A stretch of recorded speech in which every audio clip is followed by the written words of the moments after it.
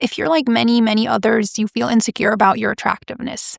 You compare yourself to photos of models and other people and think that they're a lot more attractive than you are. You have a long list of things you think are unattractive about you. And on the basis of these thoughts, you worry about losing your partner or never finding one or not finding a new one.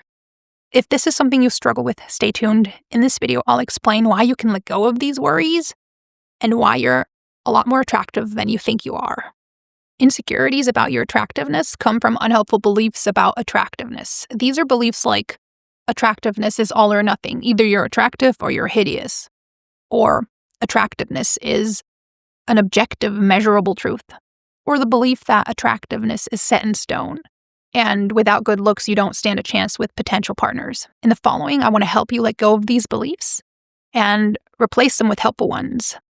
Helpful belief number 1, attractiveness is multifaceted. Attractiveness is not all or nothing. We can't divide the world into two groups of people, the attractive ones and the unattractive ones. Attractiveness has many facets to it, and what you look like is just one of those facets. What makes people attractive beyond their looks is them embodying their values, the things that are important to them, like how they treat themselves and others, being fully present with others, making them feel seen, heard, and important. Other values are self-awareness and empathy, vulnerability, passion, curiosity, playfulness, flexibility.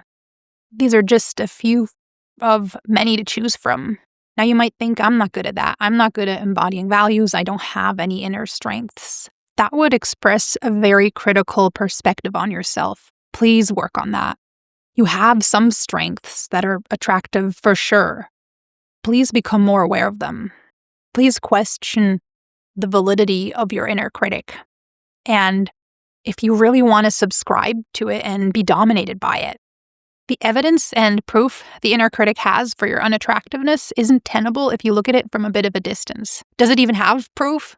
Where is this supposed proof coming from? Is this really the only way to look at yourself? And was some of this proof maybe even created by yourself through self-fulfilling prophecies?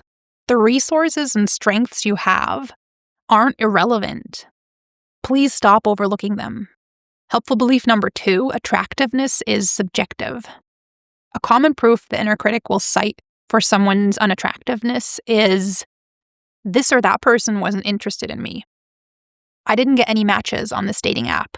Or, my peers excluded me in school or elsewhere. The inner critic gives these experiences a lot of definitory power, the power to estimate, define, and determine your attractiveness or unattractiveness.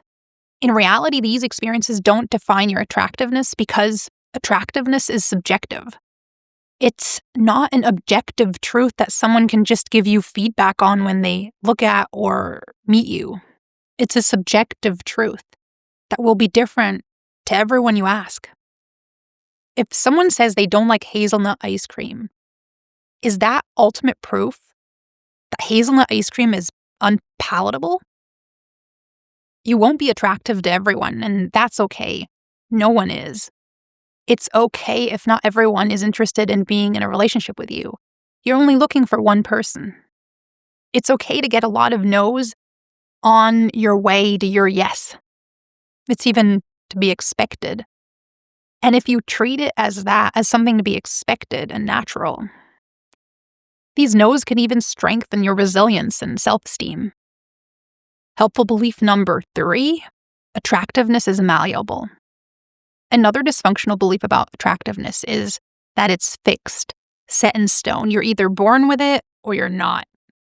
And that's bound to lead to you giving up on relationships and dating if you've made negative experiences and you think that's because of your hypothetical, objective unattractiveness.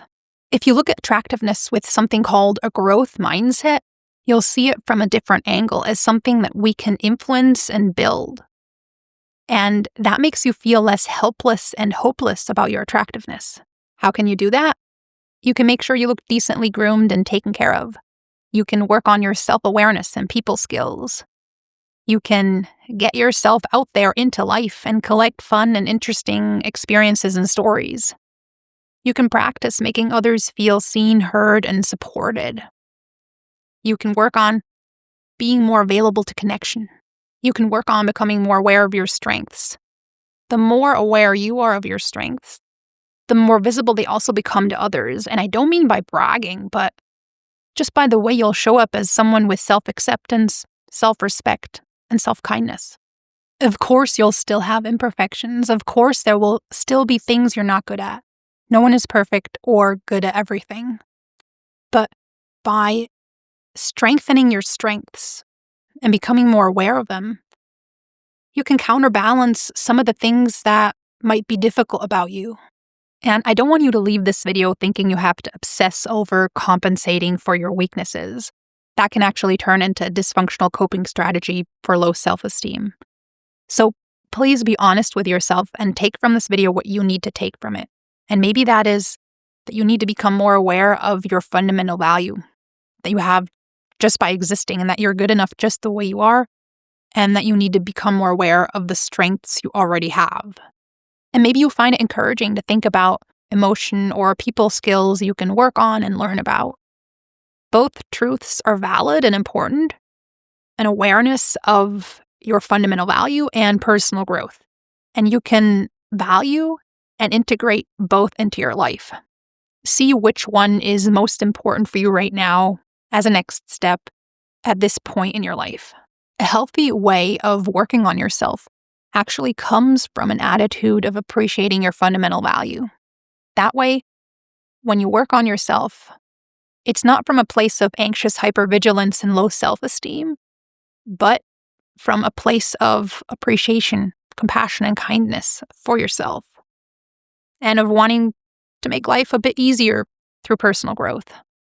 Personal growth can change your life because it changes the way you experience and create it.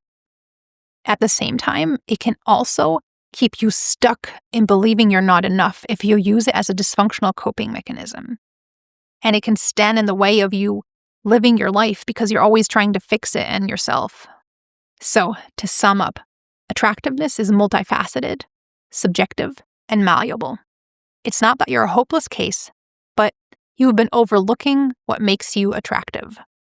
And if you're busy hiding and criticizing yourself, you're also not allowing others to see your attractiveness, and you're standing in your own way of getting positive feedback and making new experiences that would disprove your inner critic.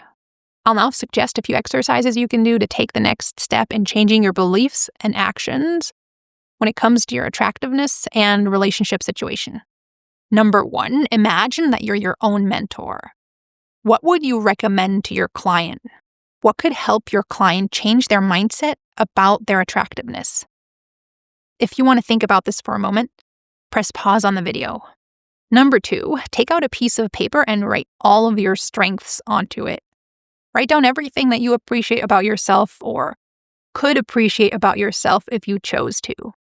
And when you run out of ideas, Google lists of strengths and then go through them to see what you've missed about yourself.